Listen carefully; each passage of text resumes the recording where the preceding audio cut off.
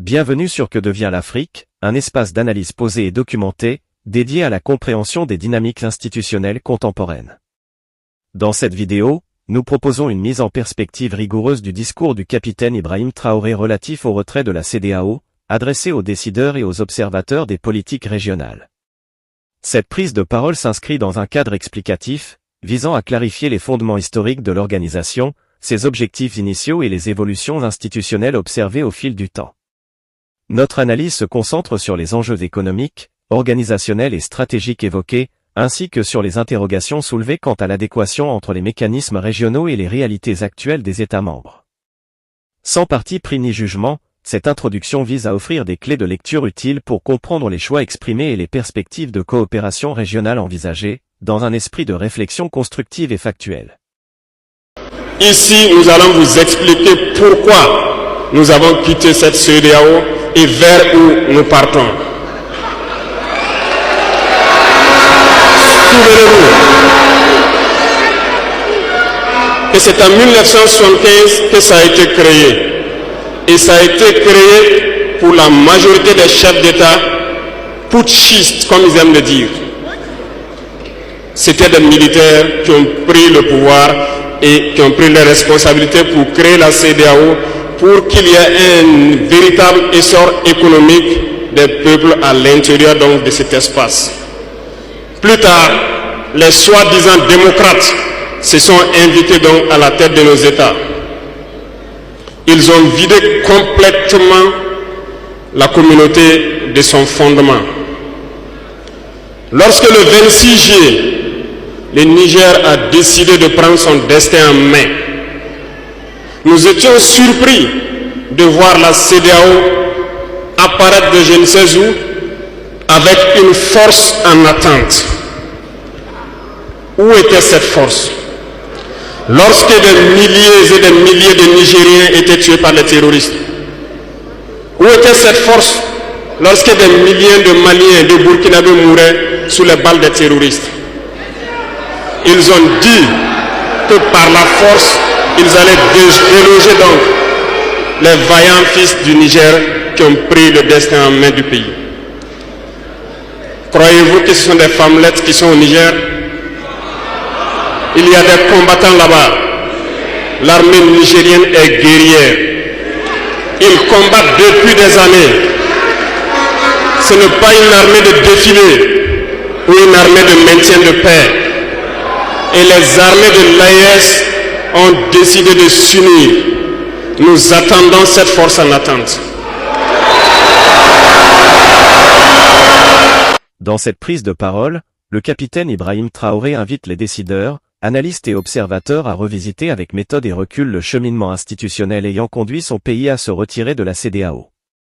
Loin d'une approche émotionnelle, son propos s'inscrit dans une logique explicative, presque pédagogique, visant à éclairer le public sur la cohérence historique, politique et stratégique de cette décision.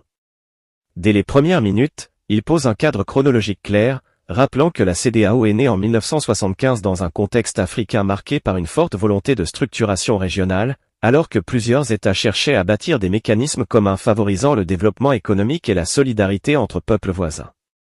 Le capitaine Traoré souligne que, lors de sa création, l'organisation régionale reposait avant tout sur une ambition collective, faciliter la circulation des personnes et des biens, renforcer les échanges économiques internes et permettre aux pays de l'espace ouest africain de parler d'une voix plus audible sur la scène internationale. Cette vision fondatrice, selon lui, traduisait une aspiration profonde à l'autonomie régionale et à la coopération pragmatique, adaptée aux réalités locales. Il rappelle que les dirigeants de l'époque, quels que fussent leurs parcours, partageaient une même conviction, celle que l'avenir des peuples passait par des cadres communs solides et respectueux des souverainetés nationales. Au fil des décennies, le discours analyse l'évolution progressive de la CEDEAO. Le capitaine Traoré évoque un décalage perçu entre les idéaux initiaux et certaines orientations institutionnelles observées plus récemment. Cette réflexion ne s'inscrit pas dans une logique de critique personnelle, mais dans une observation structurelle. Les organisations, avec le temps, peuvent s'éloigner de leurs principes fondateurs si leurs mécanismes de gouvernance ne s'adaptent pas aux transformations politiques, économiques et sociales des États membres. Dans cette perspective, il insiste sur la nécessité d'une lecture lucide et dépassionnée des dynamiques régionales. Le propos met également en lumière le rôle des transitions politiques survenues dans certains pays de la région, notamment au Niger, en tant qu'élément déclencheur d'un débat plus large sur la marge de manœuvre des États au sein des cadres communautaires. Le capitaine Traoré rappelle que chaque pays dispose d'institutions, de ressources humaines qualifiées et d'une expérience administrative qui lui permettent d'orienter ses choix stratégiques en fonction de ses priorités nationales. Selon cette analyse, la question centrale n'est pas celle de la rupture, mais celle de la cohérence entre les décisions nationales et les réponses institutionnelles régionales. Dans son développement, il souligne que les populations concernées aspirent avant tout à des résultats concrets, amélioration des conditions de vie, renforcement des infrastructures, accès élargi aux opportunités économiques et stabilité institutionnelle durable. À ce titre, il estime que les cadres régionaux doivent être évalués à l'aune de leur capacité réelle à accompagner ces aspirations. Cette approche pragmatique traverse l'ensemble du discours et en constitue l'un des fils conducteurs. Le capitaine Traoré élargit ensuite la réflexion à l'échelle du Sahel, en évoquant la dynamique de concertation entre certains États partageant des défis similaires.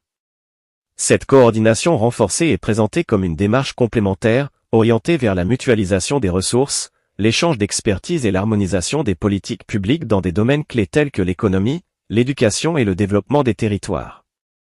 L'objectif affiché n'est pas l'isolement, mais la construction de partenariats jugés plus adaptés aux réalités immédiates des pays concernés.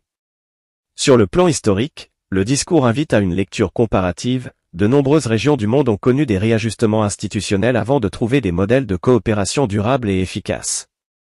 L'Afrique de l'Ouest, selon cette analyse, s'inscrit dans ce même processus d'apprentissage collectif. Les décisions actuelles sont ainsi présentées non comme des ruptures définitives, mais comme des étapes dans une trajectoire plus longue de recherche de modèles pertinents et équilibrés. Tout au long de son intervention, le capitaine Traoré adopte un ton posé, mettant l'accent sur la responsabilité des dirigeants vis-à-vis de leur peuple. Il insiste sur l'importance de décisions réfléchies, fondées sur l'analyse et la concertation, plutôt que sur la réaction immédiate. Cette posture vise à rassurer les partenaires internationaux et régionaux quant à la volonté des États concernés de rester engagés dans des relations constructives et respectueuses. En conclusion, le discours se veut résolument tourné vers l'avenir. Le retrait de la CEDEAO est présenté comme une opportunité de repenser les cadres de coopération régionale, d'en corriger les limites et d'explorer de nouvelles formes de collaboration, plus flexibles et plus ancrées dans les besoins des populations. Le message final est porteur d'espoir. L'Afrique de l'Ouest dispose d'un potentiel humain, culturel et économique considérable, capable de nourrir des projets communs ambitieux et inclusifs. Comme le rappelle un proverbe africain. Seul on va plus vite, ensemble on va plus loin.